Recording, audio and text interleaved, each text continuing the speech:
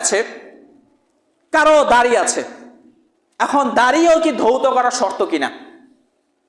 এখন এইখানে দুইটা বিষয়, কারো যদি দাড়ি থাকে পাতলা, একদম পাতলা দাড়ি, সেই ক্ষেত্রে ওই ব্যক্তিকে চামড়া সহ ধৌত করতে হবে। চামড়া সহ ধৌত করা মানে অর্থাৎ তাকে এমনভাবে অজু করতে হবে যাতে করে দাড়ির ভিতর দিয়ে গিয়ে যে দাড়ির নিচে যে চামড়াটা আছে সেই চামড়ার গোড়ায় যেন পানি পৌঁছায়। যদি দাড়ি অল্প হয়, ফাঁকা ফাঁকা সামান্য, যদি একটু ঘন দাড়ি হয় সেই ক্ষেত্রে শুধুমাত্র দাড়ির যে বাহ্যিক উপরের যে অবস্থাটা আছে, বাহ্যিক দাড়িটা, সেই বাহ্যিক দাড়ির উপর পানি ছিটালেই বা পানি দিয়ে ধৌত করলেই হয়ে গেল।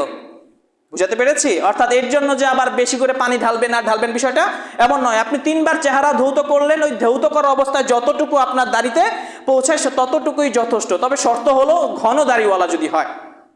কম দাড়ি বিশিষ্ট যদি হয় বা দাড়িই নেই, ওই ব্যক্তির ক্ষেত্রে চামড়া যত আছে অর্থাৎ মুখের ভিতরে, মুখের যতটুকু অংশ ততটুকু অংশের প্রতিটা অংশের ভিতরে পানি পৌঁছাতে হবে। যদি পানি না পৌঁছায় তাহলে ওযু হবে না।